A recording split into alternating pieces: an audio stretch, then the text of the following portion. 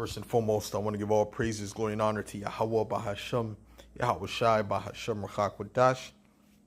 Double honors to the apostles and elders of Great Millstone. Salutations, much love and respect to you, Akim, out there pushing this word out in truth and sincerity. Now, this lesson is going to be entitled, People Are Getting Arrested for Social Media Posts. Beware. You know? And we know that Esau is getting ready to come down with great wrath. And, he's setting up the stage to come down against the men of the Lord, because that's, all prophecy at the end of the day, right? As it says, there shall be a great insurrection upon those that fear Yahweh Ba'ashem Yahweh Shai, right? So at the end of the day, we're the real targets. The men that are pushing this truth out, we are the real targets of Esau's agenda, what he's doing. Okay? But there's going to be a lot of other people that are going to be swept up along with the Israelites. Okay, so I wanted to go into this. I want to play this video real quick. I was watching the algorithm. Really, I was watching it the other day. I just decided to come back to it and do this lesson. I was going to do a lesson that day, but on that particular topic, but I ended up doing it on another topic. So I'll play this video for you, Akim, real quick, and we'll go to the scriptures. Now that the pandemic's over, oh, no, that never happens. Oh, they've instead moved on to surveil us for anything else the government doesn't like. And now in the UK, hundreds of people have been arrested over social media posts that these tech misinformation companies have analyzed and flagged. Let me show you Bonnie Spofford. She is a 55-year-old woman in the UK. She's been flagged as the source of the recent riots and protests. Show her picture. There we go. So this is Bonnie. So she has been flagged as the source of the recent riots and protests across the UK. What caused the riots was 3 young girls were stabbed in a dance class. And Bonnie made a post on social media that said, quote, Ali al-Shakati was the suspect. He was an asylum seeker who came to the UK by boat last year and was on an MI6 watch list. If this is true, then all hell is about to break loose, end quote. Well, it wasn't true, but hell did break loose. Now, according to Alex... So, just for that post, she's being arrested, right? Now, she said at the end of the quote, if this is true. So, that wasn't a definite statement that it was true. She said if it was true. So, this is not classified as... disinformation. Shouldn't be classified as disinformation, but misinformation, right? And I'm going to show you the difference right now. What these devils do with their media, they put out disinformation, which is intentional. Okay, what she did was what she put out was misinformation. Okay, let's go here.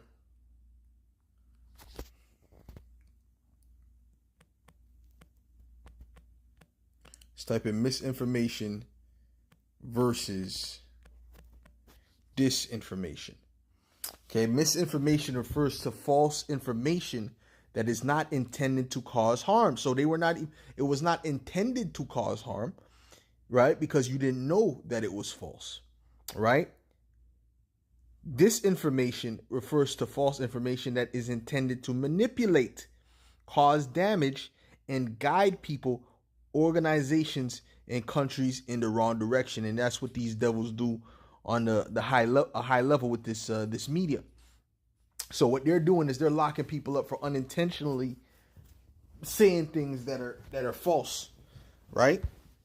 So because there's so much information out there, and of course people are biased, they're going to go towards the information that fits their narrative, but there's so much information out there, and a lot of it is misinformation that Esau himself puts out there, okay, that they put out there just so they can trap these people up, right? Just like they have the agent provocateurs that go into these crowds and incite violence and incite different things. Well, they have misinformation out there to try to lure people in. All right, so I want to read this scripture here for the Akim. This is Colossians 4 in verse 5. It says, walk in wisdom toward them that are without, redeeming the time, right? You got to know what time we're in, okay? We see these things happening, so now brothers should be chilling out on them Facebook posts and all that. Brothers shouldn't even be on Facebook. The order went out to not be on Facebook, by the apostles already, right? The apostle put that order out years ago, and, through the Spirit, man, these orders are to protect us. Okay, when you go into the scripture, you look up the word ordinance, it says a guard, it's to protect us. It's through the Spirit. Oh, where's the scripture say I can't have a Facebook? Okay, well, you can keep your Facebook. You may be one of the first people that they knock on the door to and bring it to custody, man. All right? You know what I'm saying? Like the elder Ariala said, on any other social media, I'm Joe I don't know. And that's a fact. On any other social media, I'm just a Negro. I'm just a Negro. Okay? Straight up. It says, let your speech be always with grace, seasoned with salt, that ye may know how ye ought to answer every man. So you got to know what time you're in. You got to know how to say things in particular ways, because you see Esau cracking down. You see him cracking down. You see him getting ready to make his move. So if a serpent, right, because we're supposed to be wise as serpents, if a threat gets too close to a serpent will go into a particular stance, getting ready to bite, signaling that he's ready to bite because he feels threatened. He doesn't wait till the person attacks. No, as soon as the person gets to a level he feels is too close, he'll get, in a defensive stance, right? So we see what Esau is doing. We're not ignorant of Satan's devices, right? We're watching. So, we should be in a defensive stance, so to speak. Okay? Meaning watching what we're doing because we see the enemy coming. Let's go to Isaiah 29. This is Isaiah 29.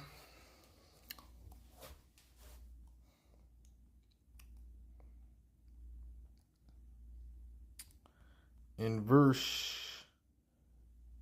20, it says, for the terrible one is brought to naught, and the scorner is consumed, and all that watch for iniquity are cut off, that make a man an offender for a word, and lay a snare for him that reproveth in the gate. Right? Who's the ones that reprove in the gate? The prophets. They're the ones reproving in the gate. Okay, so what are they doing? They're setting up a snare for us as the prophets. They're setting things in place to ultimately come for us. Okay, because even the things that we say, they can say, this, every information that you get and that you display, let's say a news article or whatever the case may be, right? Or some, news you might have got from these different sites, redacted and whatever. And those guys are control opposition. That's why their videos don't get flagged. Right? Some of it could be not 100% accurate. Right? And then you might come back and say, oh, Salakia, I made a mistake, whatever the case may be. But if they catch that and that incites a particular thing in their eyes, a particular, violence or anger towards the government, whatever, then they could deem that as misinformation and come for you, technically, right? Or even the breakdowns that we have. Let me read this again. It says that make a man an offender for a word, and lay a snare for him that reproveth in the gate, and turn aside the just for a thing of naught, for nothing. Okay? It's nonsense. That what the woman was posted, how can that be the cause of the, how can you blame her for being the cause of the violence just for pulling out some information that she thought was correct? And she even said, if this is true, which shows that she did not fully imply that it was accurate. She said, if this is true, all hell is going to break loose. So ultimately she prophesied, right? Which, ultimately it was just a prophecy that she wanted to, that she put forth. She said, if this is true, all hell will break loose. Well, all hell did break loose. Okay? All right? So we clearly see that, they're making their move. So we gotta watch the things we saying. You can't be in that spirit. That the apostles and were in, back in it. The spirit changed. The apostles they don't move the same way. Not like 1992. You got brothers still in that 1992 Israelite spirit. Well, you gotta recognize what time you're in.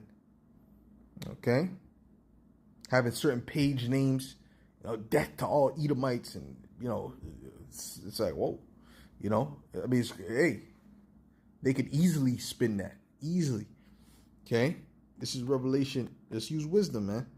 This is Revelations 12, and I'm gonna go to verse 17. It says, "And the dragon was wroth with the woman, and went to make war with the remnant of her seed, which keep the commandments of the Most High, and have the testimony of Yahweh Shai HaMashiach." So they're making war against us. They're getting ready to make war against the elect. Okay, Lord willing, we be of that number. Okay, I quoted 2nd Ezra, the 16th chapter, right? They're getting ready to make a move. Oh, so I can.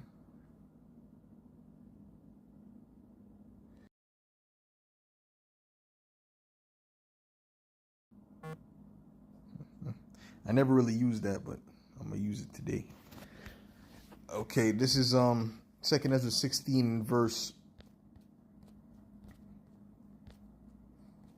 Things are gonna get real, man. Things are gonna change, man. Brothers gonna have to live like pilgrims on the earth, man. Brothers is gonna have to put their money where their mouth is, so to speak. They're gonna have to show and prove that they believe and trust in Yahweh Shem Yahweh Shai, because that's all we're gonna have in these times to come. It says, "Behold."